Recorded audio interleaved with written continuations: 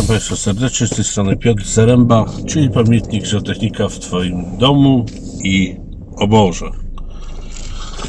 Pod ostatnim filmem pojawiło się parę pytań, dokładnie jedno, więc jest już pewien sukces. Pytanie dotyczyło stosowania mocznika w żywieniu krów mlecznych. Bez wchodzenia w szczegółową teorię postaram się odpowiedzieć. Otóż mocznik, czyli generalnie azot niebiałkowy, można stosować w żywieniu krów, ale pod pewnymi ograniczeniami.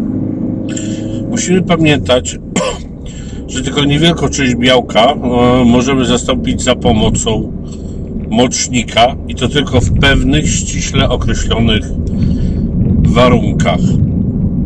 Przeliczeniowo wygląda to na papierze bardzo fajnie, bo kilogram mocznika zawiera około 45%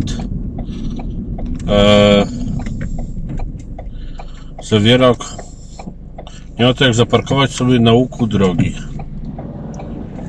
Zawiera około 45% czystego azotu, co przeliczeniowo jest ekwiwalentem około 2,6 do 2,8 kg czystego białka.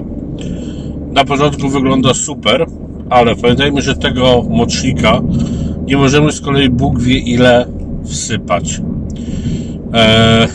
Najbardziej liberalne normy mówią, że dla sztuk powyżej 6 miesięcy życia możemy dać od 20 do 30 gram mocznika na każde 100 kg masy ciała.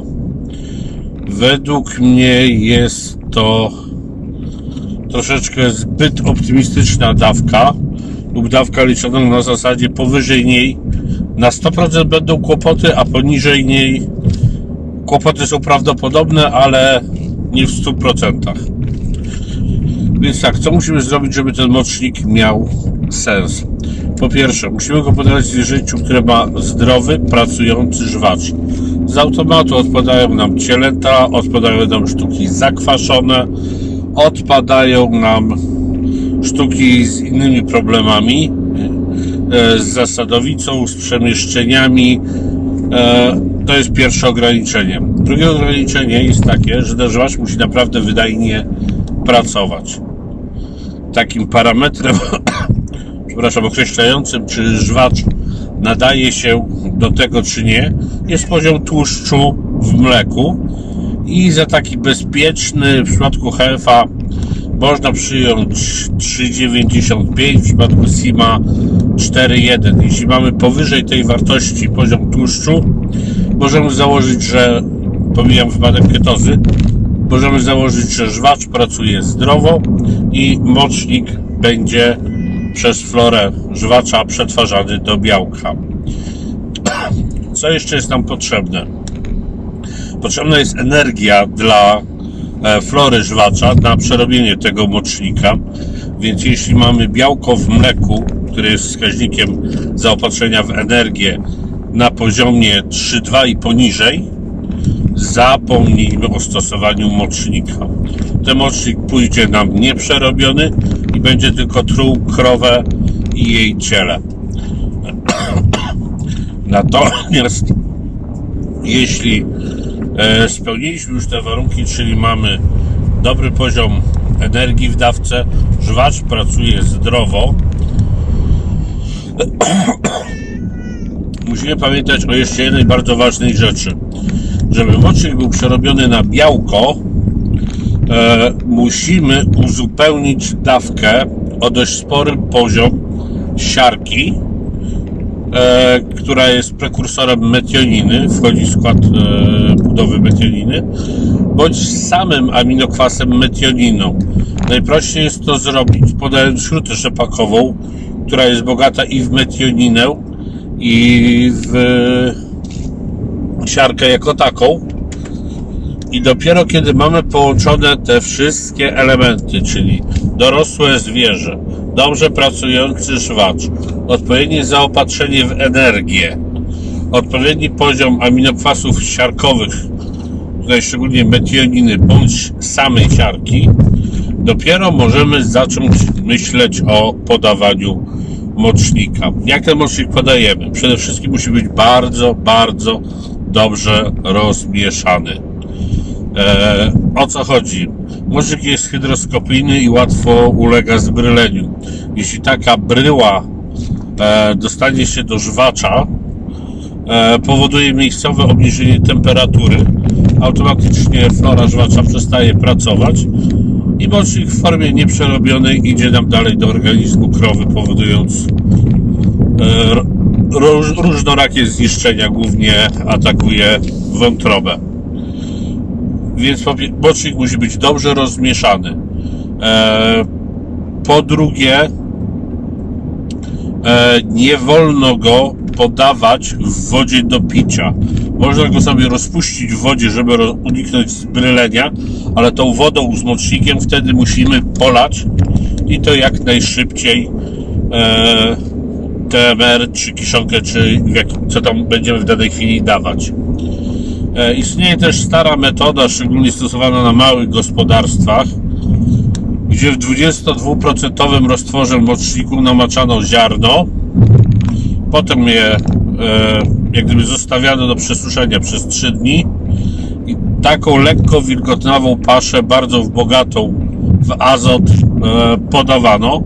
Metoda fajna, metoda, przy której nie ma tak dużego ryzyka przedobrzenia, ponieważ tam moczone ziarno puszcza enzymy i mamy tam dość dużo cukrów prostych, które będą stanowiły doskonałą pożywkę dla flory żwacza jako cukry proste. Ale mówię, z tym jest zawsze dużo zabawy. I teraz tak, pytanie, ile tego mocznika wsypać? Tak jak mówiłem, te najmniej restrykcyjne normy mówią o 30 gramach na każde 100 kg masy ciała. Ja się z tym nie zgodzę z bardzo prostego powodu. Takie dawki sięgałyby 150 i powyżej 150 gram mocznika na sztukę dziennie. Z praktyki bezpieczną dawkę dla krowy mlecznej ważącej 650-700 kg można przyjąć w granicach 50 gram na łeb dziennie. W przypadku opasa ta dawka może dojść do 100, czasem do 120 gram, ale tylko i wyłącznie z tego powodu, że to zwierzę żyje krótko. Nam nie zależy na tym, żeby ono było 3., 4., 5. i 6. rok w stadzie. Dlatego w przypadku bydła opasowego godzimy się z tym, że wątroba swoje dostanie, ale zwierzę trzymamy maksymalnie 24 miesiące i po prostu nie interesuje nas, co będzie potem. W przypadku krowy mlecznej, która zostaje w stadzie, nie ryzykujemy z bogatszymi dawkami. Uważam, że 50 do 65 dla takiej super wyrośniętej krowy jest to maks, na co bezpiecznie możemy sobie pozwolić. I chyba pominąłem jeszcze kwestię, ile powinniśmy wrzucić siarki bądź metioniny.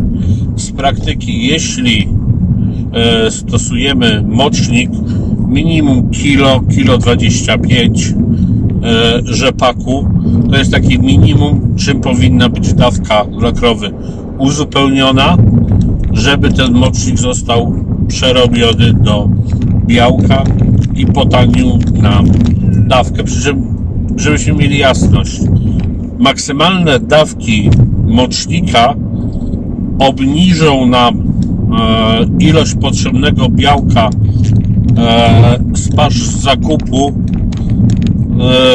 o wielkość na poziomie 400-500 gram śruty sojowej maksymalnie, bądź 500-600 gram śruty rzepakowej. Mi wydaje się, że jest to gra warta świeczki.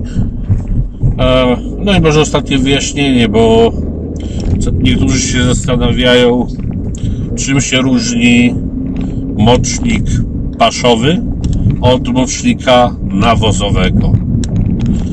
Czym się różni? nazwą i kanałami dystrybucji. Pomijam tutaj kwestię tak zwanego mocznika otoczkowanego, które to są zwykłe kawałki mocznika pokryte specjalną osłonką o różnej grubości, którą można podać wtedy całą dawkę mocznika jednorazowo, natomiast on w żwaczu będzie się powoli rozpuszczał, uwalniając kolejne partie azotu. Natomiast zwykły mocznik paszowy i mocznik nawozowy różni się nazwą, jeśli się nie mylę, stawką podatku VAT, ale tutaj nie jestem pewien, i w sumie i tym, że jeśli złapie Was jakaś kontrola na podawaniu mocznika nawozowego, to możecie mieć problemy. W przypadku paszowego nie powinniście mieć tych problemów, przy czym mówię, te moczniki różnią się tylko napisem na worku i kanałem dystrybucji. Jeden jest dystrybuowany jako pasza, drugi jako nawóz, a różnią się chemicznie właściwościami dokładnie niczym. Także dziękuję. Mówił Piotr Zaręba, zootechniczny głos w Twoim domu i oborze. Live long and property.